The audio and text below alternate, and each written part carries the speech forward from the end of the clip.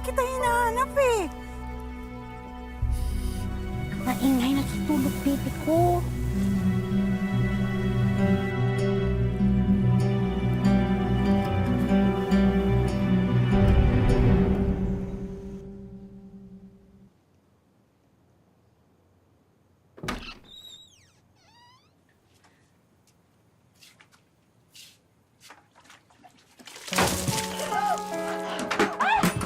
Yan! Yan ang bagay sa inyo. Hindi nyo ba alam kung ano oras na? Kanina pa pumalaot ang tatay nyo? Ba't ba kailangan mo kalimbusan? Wala ka palang 2 araw dito ah! Ako na ang bagong asawa ng tatay nyo. At siya na mismo ang nagsabi na ako ang reyna dito kaya ako masusunod. Pero kahit naman po si tatay, hindi kami giligil sa ganitong paraan. Eh kaya nga kayo mga tamad, di masyado mabait ang tatay nyo. Pero ako, hindi ako mabait. Ha? Uy! Ano ba? Tama na! Ah, ano? Sasaktan mo ako? Sige, saktan mo ako! Tingnan natin kung anong gagawin sa'yo ng tatay mo kapag nalaman niyang binabastos niyo ako! Kuya, hayaan mo na lang siya. Pagbalik ni tatay, susumbong natin siya. Ano sabi mo? Susumbong mo ako? Pwede magsumbong kayo! Hindi niyo kayang ibigay yung binibigay sa akin ng tatay niyo. Ha? Ha? Nanay mo! Ano nay? Oh, tatawagin nanay, ha? Hindi ako ang nanay mo. Ang nanay mo, baliw, ha?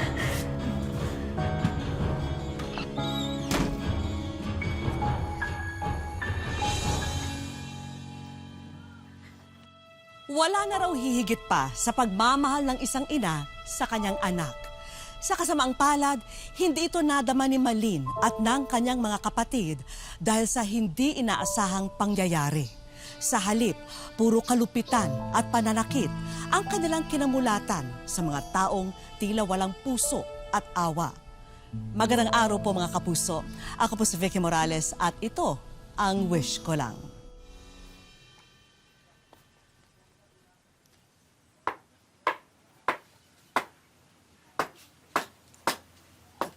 Malin, kamusta ka?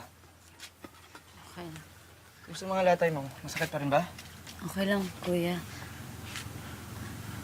Kuya, gusto ko sana tanungin eh. Ano yung sinasabi ni Tita Maribel kanina na baliw daw si nanay?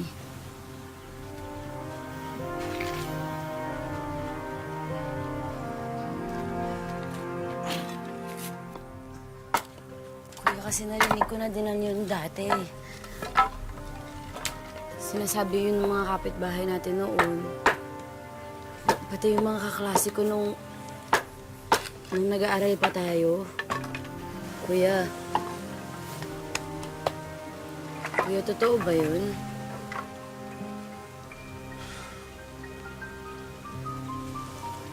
Alam mo, gusto ko na rin sabihin yan sa'yo dati pa eh.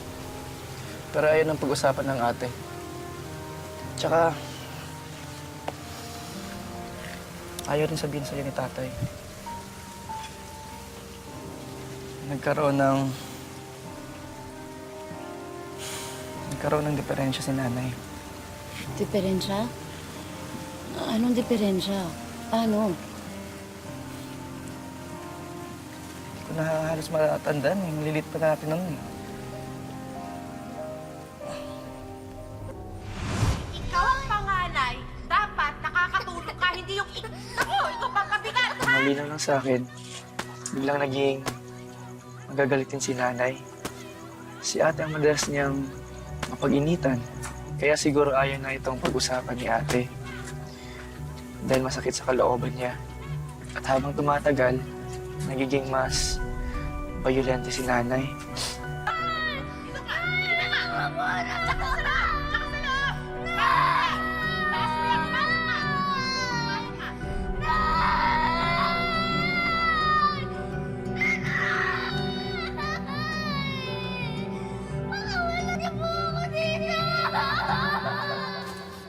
Tandaan ko, isang umaga, wala na si Lola, tsaka si Nanay.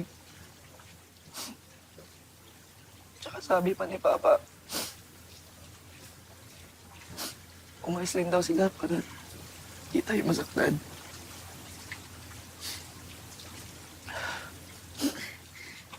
Ibig sabihin nun, buhay si nanay. At kasama niya lang si Lola. Malin, I'm sorry kung hindi namin nasabi sa'yo yun. Kaya lang kuya, naiintindihan ko naman yun. Ayaw niyo lang sumama yung loob ko. Pero bakit hindi natin sila hanapin?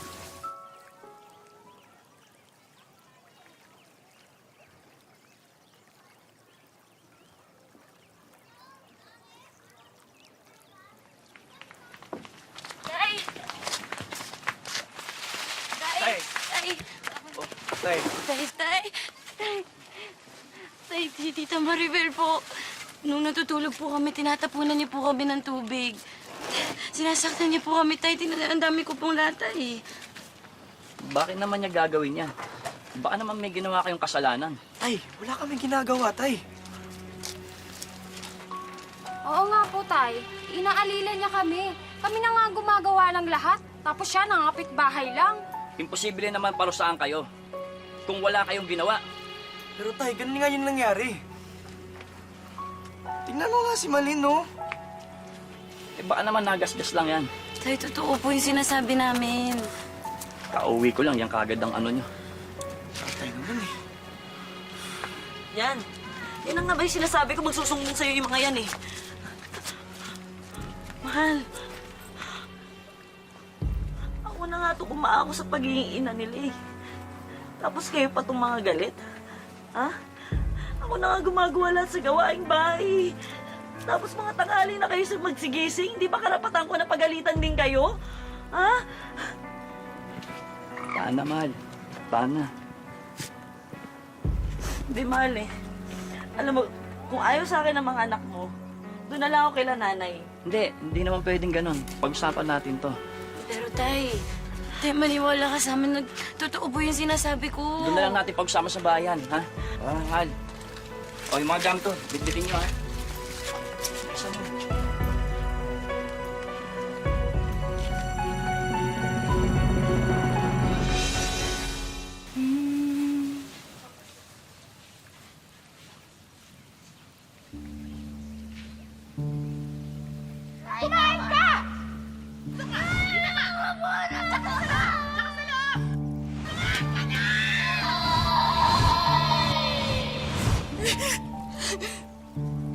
Naslin?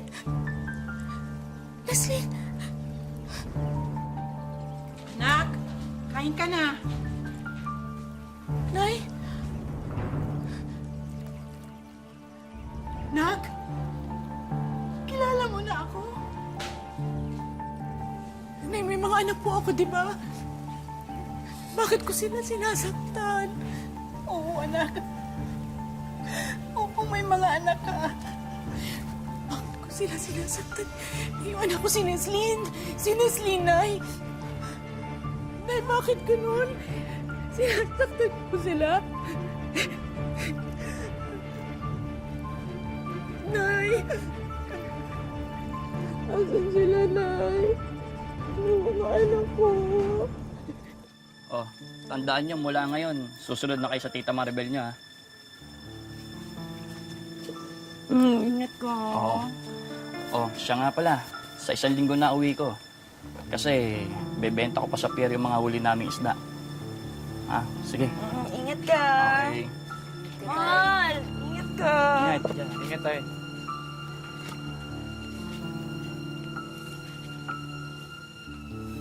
Sabi ko naman sa inyo eh, mas mahal ako ng tatay niyo kaysa sa inyo.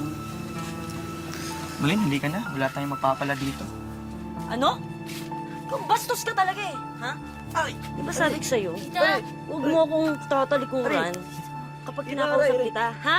Tita! Kuya! Kuya! Ate! Si Kuya! Ate! Anong nangyari? Malin! Anong nangyari? Anong nangyari? Tulong po! Tulong! Tulungan niyo po kami!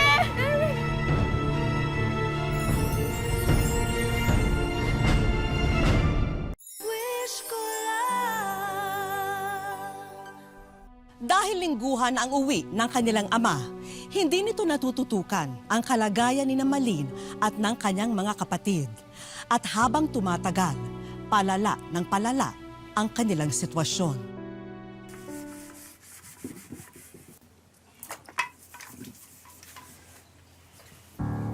Hoy! Anong klaseng linis yan, ha? Kuskusin mo maigi, huwag kang mandiri sa ginagawa mo. Palibasa kasi, wala kang nanay, kaya ang baboy mo magtrabaho.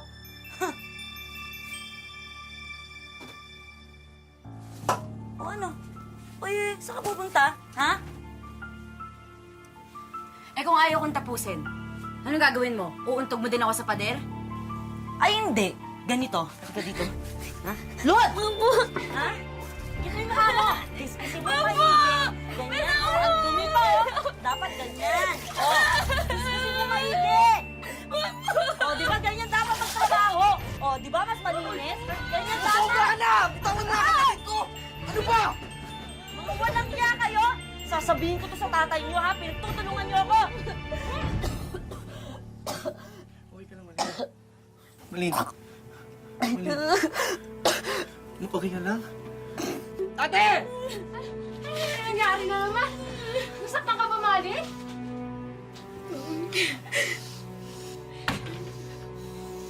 Ate, mas mabuti pang umalis tayo dito. Tingin ko nga rin eh. Wala rin naman tayong napapalang tulong mula kay tatay.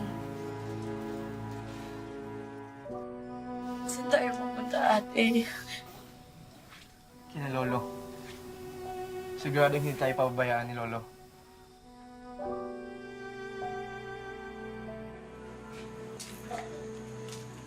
Lolo? Oh, Erwin, ikaw ba yan? Oh, anong nangyari? No! Gabing-gabi na. Ang tatay nyo. Ano po kasi, Lo? Yung bagong asawa ni tatay. Sinasaktan po kami. Ah, ganun ba? Siya nga po may gawa nito eh. O, ba't ganun? Ano sabi ng tatay nyo? Mas kinampihan niya Polo yung babaeng yun. Maupo muna kayo. Kukuha ko kayo ng inumin.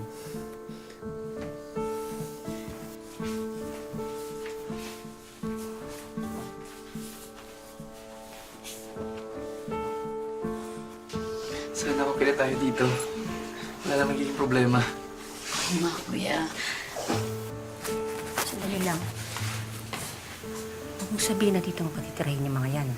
Natural. Apo natin sila. Apo mo yan sa unang asawa, hindi sa akin. Isang naman. Gusto mo pagtapuin natin sila, ha? Basta, bahala ka. Hindi ko gustong patirahin yung mga yan dito. Isang naman. Hindi. Ayoko. Ako bahala. Ayoko.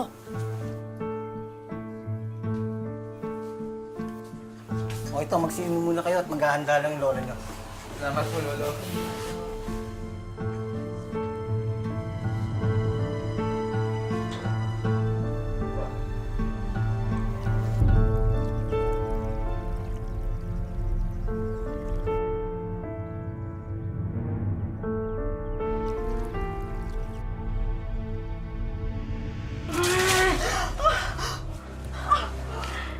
Si Malin? Anak ko si Malin. Di ba sabi niyo sa akin kagabi, ganito ang pampagising ni Madrasta? Eh di sinubukan ko. Ang sarap, di ba? At saka may iba pa akong anak. Si Erwin! Si Erwin! Anak ko si Erwin! Hoy, kayong tatlo. Kung sa akala nyo, mapapadali ang buhay ninyo dito. Nagkakamali kayo. Oo, anak mo si Erwin! Tsaka teka. Si Neslin! Si Neslin! Nay, nasan sila? Ako ang pangalawang asawa ng lolo niyo. At hindi ko kayo kadugo! Malin! Erwin! Neslin! Nasan sila, Nay? Nasan ang mga anak ko? Nasan sila? Kaya kayo, gagawin ko ng impyerno ang buhay ninyo! Neslin! Erwin! Nahanapin natin sila! Nasaan kayo? Mga anak ko, nasan sila, Nay? Nasan sa mga anak ko? Mahal ko sila.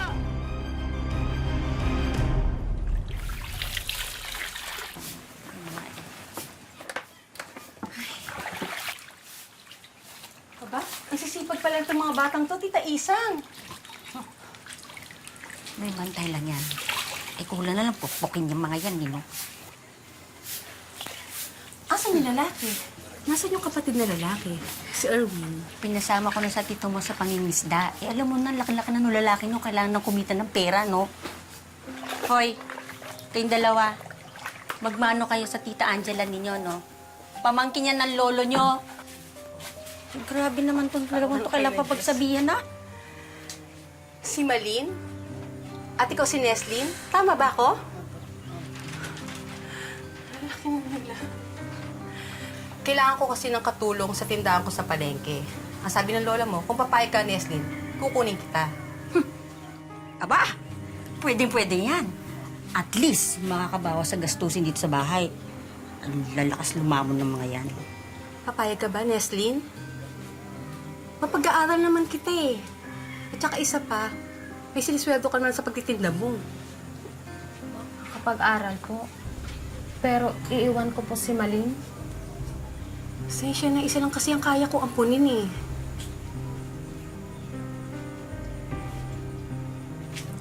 Hoy, dalian ninyo dyan, ano? Halika na, mag-juice tayo sa loob. Ate, huwag mo ko iiwan. Malin, ayaw din kitang iwan.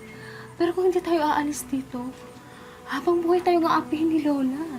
Kung may trabaho ako, makapag-ipon ako, kukunin kita dito. Makakapag-aral din ako. Ate, huwag mo ko iwan mag-isa kay Lola. Sige na, Magin. Sige na. Pumalag ka na. Mababalikan naman kita. Sensya na ha. Si Neslin lang talaga ang kaya ko ampunin eh.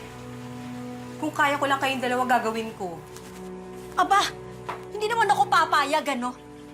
At sino naman ang utusan ko? Hoy, kayong dalawa, tama rin kadramahan ninyo, ha? Ikaw, pumunta ka na sa kwarto, ayusin mo na yung mga damit mo at babiyahin na kayo ngayon. Sige na! Huwag ka nang patumpik-tumpik pa! Pasok na doon! At ikaw, ha? Anong ginagawa mo dyan? Tapusin mo yung nilalabhan mo at marami ka pang gagawin sa loob. Bilis! Huwag kukupad-kupad! Hoy, ano ba? Bilisan mo nga, ano? Ang dami pa yung gagawin doon sa loob.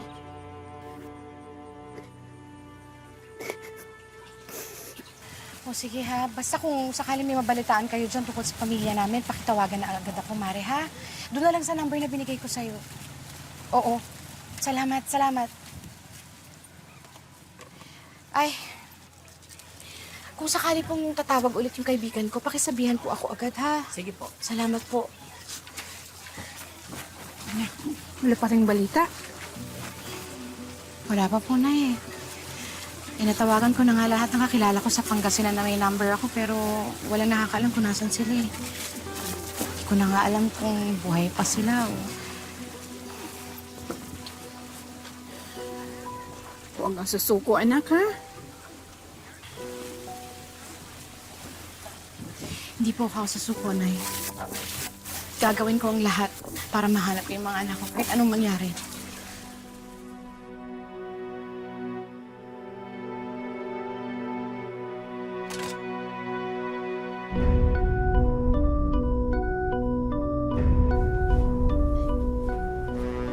Sinunod mo si Nay? Hindi po, umapulong po yung tubig kaya po...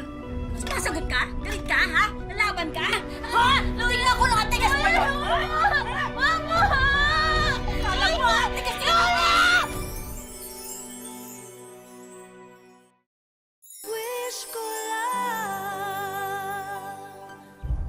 Tumakas sa kanilang sariling tahanan sina Malin para makitira sa kanilang lolo.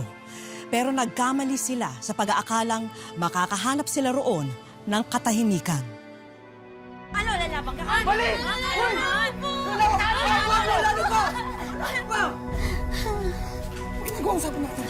Ano ba? Ewan!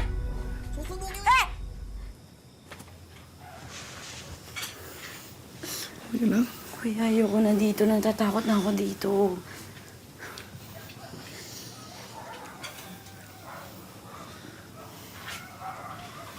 Lolo. Maraming salamat po sa pagkupkop sa amin.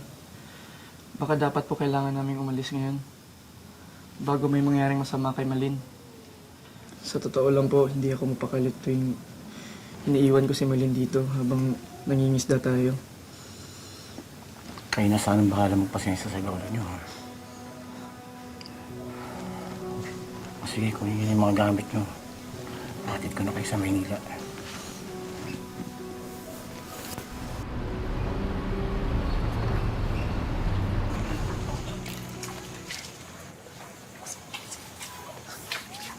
Kuya, Oh, sigurado ka bang pwede tayo dito?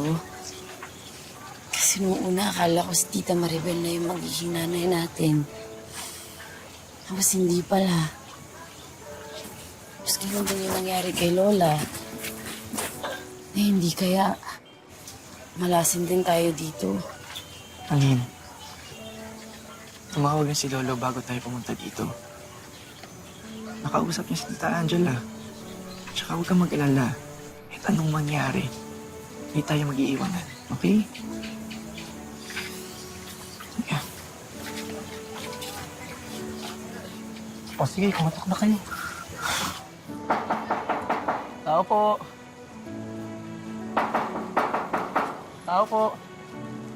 Ate? Ate! Ate! Erwin! Malin! Anong ginagawa niyo dito? Nakausap na daw ni Lolo si Tita Angela. Dito na daw muna kami hanggat makahanap ng trabaho si Kuya. Magkakasama na ulit tayo. Halika, pasok kayo.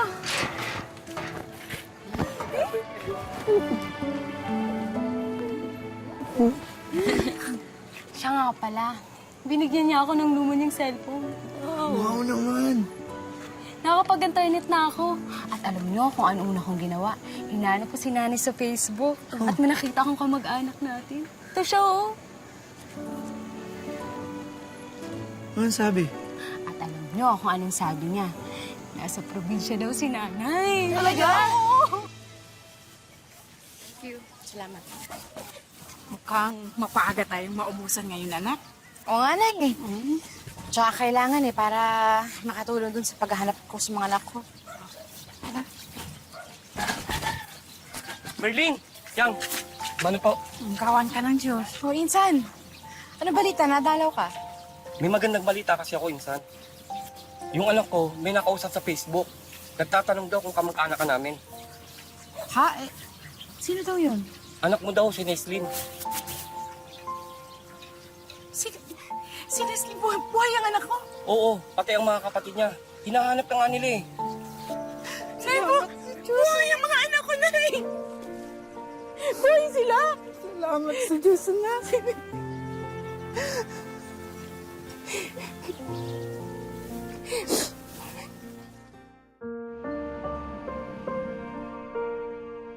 Labing-walong taon na ang nakalipas. Ito na ang mga supling na naiwan noon ni Merlin. 22 anyos na si Erwin, habang si Malin naman ay 21 taong gulang na. Hindi naman kami napaunlakan ng panganay nilang kapatid na si Neslin dahil nasa Ilocos siya at kapapanganak pa lamang. Isang malaking latay na nga sa pagkatao ng magkakapatid ang malayo sa ina. Pero mas mahapdi para sa kanila ang naging kapalaran sa kamay ng kanilang madrasta. Kasi isa na rin po akong nanay. Alam ko po yung pakiramdam ng isang ina na kasi ayaw niya po mangyari sa anak niya kung ano po yung... Kung may mangyari masama sa anak niya, ayaw, hindi niya po gugustuhin yun. Kaya pagiging masaya po ako pag makikita ko po yung mama namin kasi yung mga kapatid po namin. Bagamat hindi na raw sila musmus ngayon at may wasto ng kakayanan para hanapin ang nawalay na ina, kahirapan naman sa buhay ang nagiging sagabal sa kanila. Kaya nagbabaka sakali ang magkapatid na mapanood sana ng kanilang Mama Merlin ang ginawa naming interview sa kanila. Gusto po na namin kayong makita, Ma.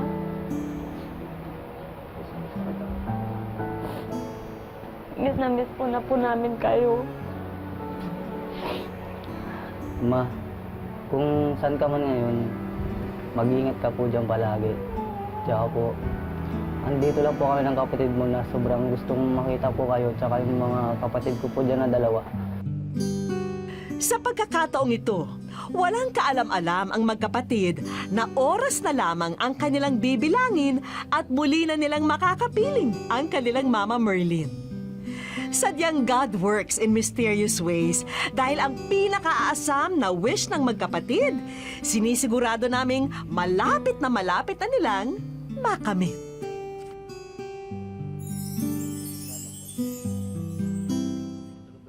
Sa aming pagbabalik, Ticket sa aeroplano. Wish ko lang. Ang laki-laki. wish ko kinabukasan, muli kaming bumisita sa Lower Bikutan kung saan pansamantalang nakikituloy ang magkapatid na sina Malin at Erwin. Ticket sa aeroplano. Wish ko lang. Ihagda na nyo, Malin at Erwin, ang inyong bagahe dahil mapupuntahan na nyo ang inyong Mama Merlin. Sa eroplano pa lang, bakas na ang pananabik sa mukha ng magkapatid. Ano nga kayang kalagayan ng ina ang aabutan nila? Bumalik kaya sa alaala ni Merlin na sila ang mga anak na naiwan noon? Sa bayan ng Labason, Zamboanga del Norte, natuntun na ng isa naming grupo ang kinaroroonan ni Merlin. Kasama niya rito ang tanging sanggol na nabitbit niya noon papuntang Mindanao na si Rochelle. Ang anak na si Nestor naman ay nasa sinapupunan pa noon nang pumunta sila rito. Pero nasa pangangalaga pa rin si Merlin ng kanyang ina. Hindi na raw kasi nanumbalik ang katinoan niya mula nang iuwi rito. Nagpahibalo si Neda na ako, na magulang ni Nestor, nga si Merlin, di na matuon nila. Lumipas na lamang ang mahabang panahon na natiling wala sa katinoan si Merlin. Tuluyan ang bumigay ang isipan ng ilaw ng tahanan. Ang hindi nila alam, kalalapag lamang ni Malin at Erwin sa barangay kung nasaan ang kanilang ina. Ang magkapatid, walang inaksayang sandali. Agad tinunton kung saan daw matatagpuan ang tahanan ng ina. Akin na po dyan si Mama Merlin po. Unang humarap sa magkapatid ang kanilang lolo at lola. Ay,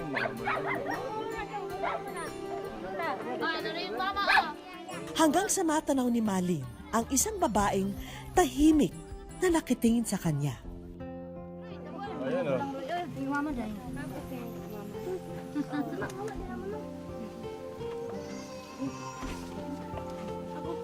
Labing-8 taong hinintay ni Malin ang tagpong ito. Pero ni isang yakap, wala siyang natanggap mula sa ina. Doon na rin nakilala ni Malin ang dalawa pa nilang kapatid, sina Rochelle at Nestor. Magkahalong lungkot at saya ang naramdaman ni Malin sa ina. Mama ko po. Sino siya? Anak na ako siya. Anak mo siya? Anong pangalan niya? Marlin. Mali. Oh, naalala mo, di ba? Naalala mo? Kuya na nga sa akin, magkamukha daw tayo. Nahihirapan si Malin kunin ang loob at atensyon ng ina. Hindi man tuluyang maunawaan ni Merlin kung sino ang babae sa kanyang harapan, umasa na lamang si Malin na sa pamamagitan ng kanyang hawak, mararamdaman ng ina ang labis na pangulila niya sa kanya. Kasi bilang po isang anak, ako po'y nahihirapan, ako po'y nasasaktan. Sa ngayon, ang hiling ni Malin ay para na lamang sa dalawa niyang nakababatang kapatid. At kalaunan ay matulungan ang kanilang ina. Pangako po sa lumuwas ng Manila para matulungan po ang nanay at saka si Lula po. Naway makatulong ang financial assistance na ito sa inyong magkakapatid. Meron ding medical assistance na magsisilbing ayuda para muling mapatignan si Merlin sa mga espesyalista. Dahil po sa inyo, nakita ko yung mga kapatid namin at yung lola at nanay namin. Kaya maraming salamat. Sa wakas, napawi na ang mahabang panahon na pangungulila. Kaya napunan na ang puwang sa kanilang mga puso dahil madadama na ang pagmamahal ng ina sa kanyang anak. Hanggang sa susunod na Sabado mga kapuso, ako po si Vicky Morales at ito po ang Wish Ko Lang.